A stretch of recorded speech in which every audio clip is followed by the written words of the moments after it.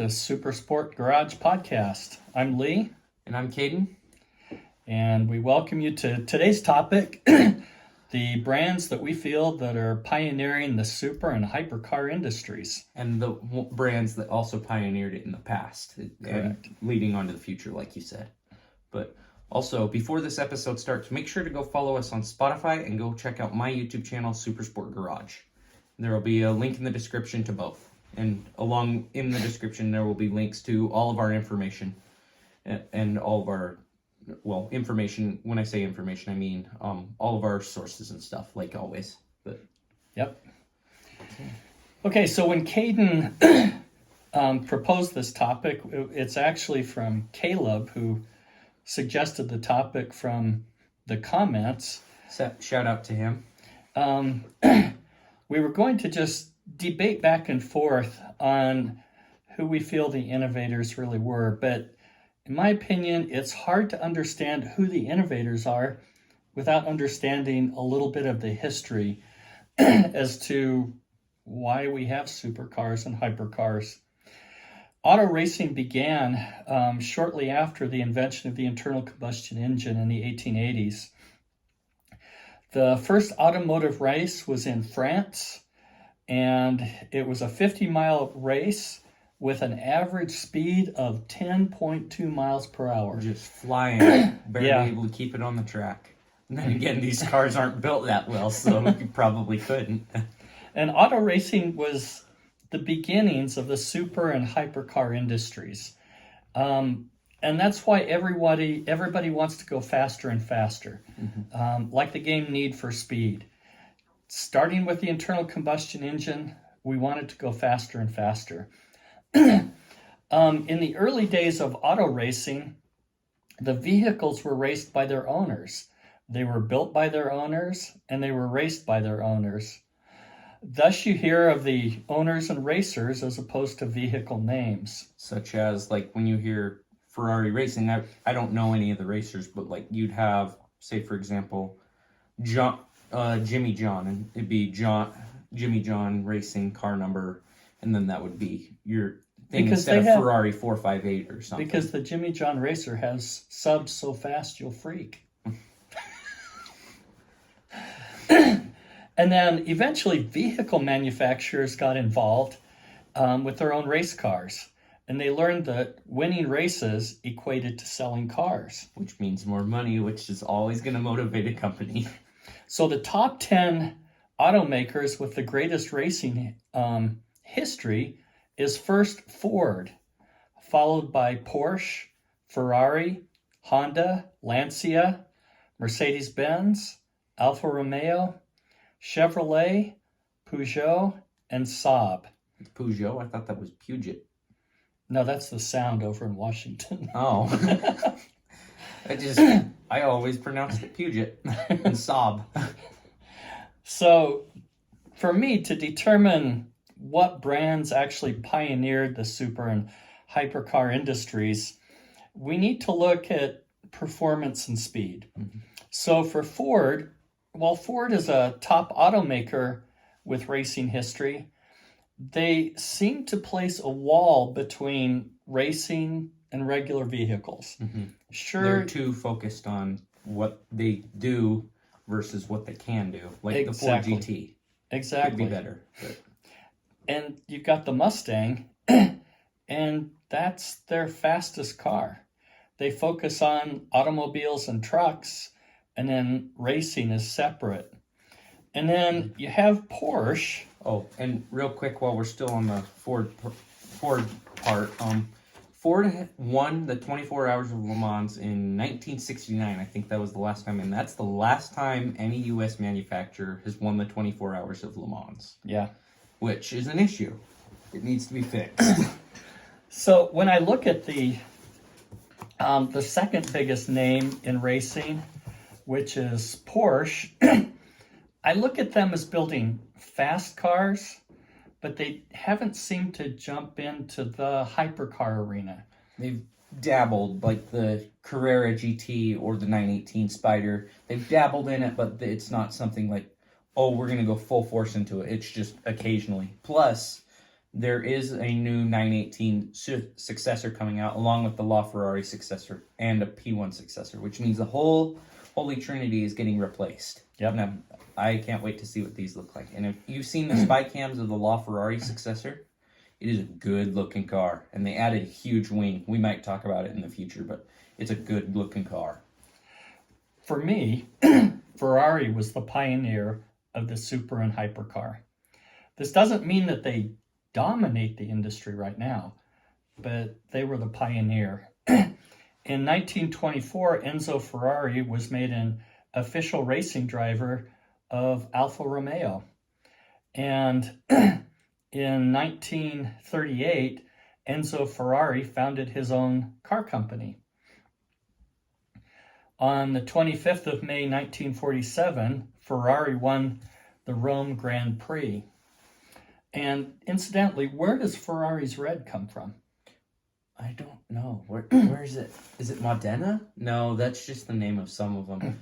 I know that Maranello and Modena are some cities in Italy, and some of their cars are named after it. But actually, Ferrari's signature red color was the color that was assigned to them by the International Automotive Federation to the Italian Grand Prix cars in the early years of the 20th century, and they just kept it. Yeah. So one thing to note about Enzo Ferrari is he was obsessed with racing, and he raced up until I think it was like the late 1940s when his son Dino was born, who would later pass away, and then he would name the Ferrari Dino after him. But he said that he stopped after that, but I can't remember what I heard. There was somebody said something different, and it kind of made sense to me. But yeah, and Ferrari is both a race car and a supercar, hypercar. Mm-hmm. And growing up, Ferrari was always the car you wanted. It was always the hypercar. It's because at this point in time, Lamborghini wasn't as big as it is now. Lamborghini's actually starting to pull ahead of Ferrari, but at the time, Lamborghini was tiny, and I think up until 1963, Lamborghini was manufacturing tractors, not even cars. Mm-hmm. And the funny thing is, Enzo ticked off Horatio Lamborghini, or is it Ferruccio? I don't know. They're Italian names, but he ticked him off by saying Horatio Lamborghini went up and said, something's wrong with the clutch on my Ferrari, and I hate it. And Enzo refused to admit the fact that something was wrong with one of his cars. So Lamborghini sold both cars and went and built the 350 GT. So the only reason Lambo is around today is because Ferrari ticked off the wrong guy. And I think other companies, like you said, have built on the success of Ferrari. And one car that I absolutely love is the McLaren Elva. It's a $1.7 million car. No windshield though. I know. If I get an Elva, I want a windshield. You can't get one for it. You'd have to have it specially made. I'm down for that. As long as I can have a windshield. I just don't want something to fly off a trailer or something and kill me. Rather have a windshield to stop it. I was thinking more of protein while you're driving. Bugs in your teeth. McLaren began production in 1963 in the UK, and they develop amazing supercars. And like I said, I feel like all of these cars are built off of Ferrari because the current CEO, Michael Leiters, recently joined McLaren from Ferrari. And one thing is, I've heard that McLaren's actually having issues financially right now. So, like, they're selling out their $150 million McLaren museum. And it's got, like, F1 cars. I think they have actual McLaren F1s there. Speaking of which, did you know that the F1 has 3 seats like the Speedtail? No, I didn't know that. I thought it was always a 2-seater. I knew that the Speedtail had 3, but no, the F1 has 3 seats as well. It's weird. Mm-hmm. But so Lee kind of focused more on the performance side. When I look at pioneering and the innovator, I look at design because that's a big thing. As you know, I design my own cars because I want to own an auto manufacturer. But so I'll test drive them. He's already signed up for that. But So I look at the design as like a designer myself. I call myself a designer, but so I think that it's Lambo that makes the craziest cars. Like the Countach. There's like nothing like it. Not even the F40. The F40 is probably the closest thing I could compare it to. There's nothing like the Countach. Like it looks amazing and they look timeless. And they're worth a lot of money now. But that's also because the people that had them on their bedroom walls can now afford them. So I also think that it's Lambo because the Miura is dubbed as the first supercar. Like I said, and it's kind of, supercar and hypercar. It kind of depends on who you ask. Mega car is pretty much just 1,340 horsepower or more, and then you're guaranteed mega car. But the Miura is the first supercar, so I think that pioneered it. And at the time, if you look at the designs of the 1970s, I believe, it doesn't look like anything in the 70s. Like, it looks like a car from the 80s or something, but you wouldn't expect it to be from the 70s or 60s. Mm-hmm. The biggest, standout that I see is the Veneno. There's nothing like It's the a Veneno. beautiful car. It's a good-looking car, but, my question is, who thought of that? That doesn't look like anything we've ever seen. Or if you've seen any of Lamborghini's concept cars, they're single-seater. That's crazy. That's something straight out of a sci-fi movie. That's pretty much what Lambo is to me, is just sci-fi. They take cars that you would never expect to see, and then they make them real, and it looks insane. And they drive insanely fast. Mm-hmm.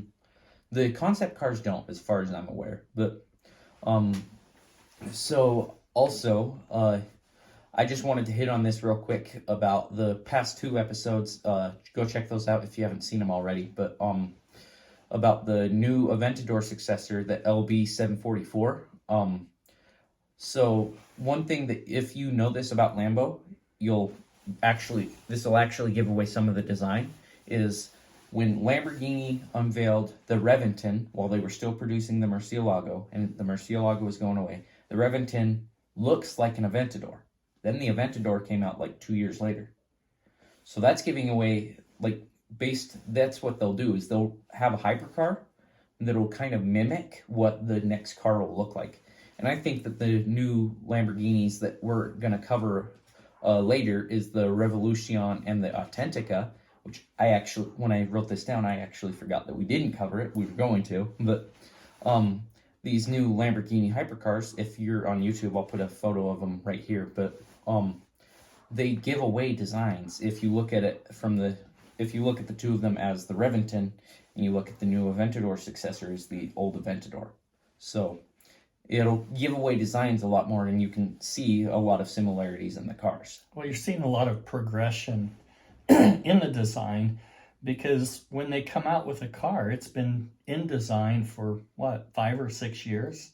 Probably. Or longer? Depends. It could be longer, but one thing I will say is if this was picking the ultimate brand, I would say Bugatti, because Bugatti is my favorite brand ever, and Lee knows this. I'm obsessed with Bugattis. Only a bit. I only have 30 of them on my car collection list. But I love Bugattis, but the thing is, I don't think they really innovate. I think the Veyron was insane, but it's not on the level that Lamborghini does it. Lamborghini, just nothing compares to them. Or the even look at the Huracan Evo compared to the STO. You never would expect that. But they look amazing, and they look nothing like any other car that you've ever seen. Well, when they start designing, they design something new.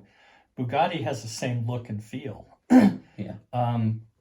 Which is based off of heritage, but... And Lamborghini tends to throw that out the window. Yeah, Lamborghini doesn't really give a crap. The history of supercars and hypercars is fascinating, because it really just comes back to racing. And it's all personal opinion, too. Yeah. Let us know in the comments what you guys who you think is the leader. Like I said, I think it's Lambo, and who do you think is a Ferrari? I would say Ferrari, but I do love the McLaren Elva. Mm-hmm. That's a good looking car, but it's a beautiful car. Okay. Probably want to wear a helmet with that. Probably. All right. Thanks for watching, and we will see you next time. Peace.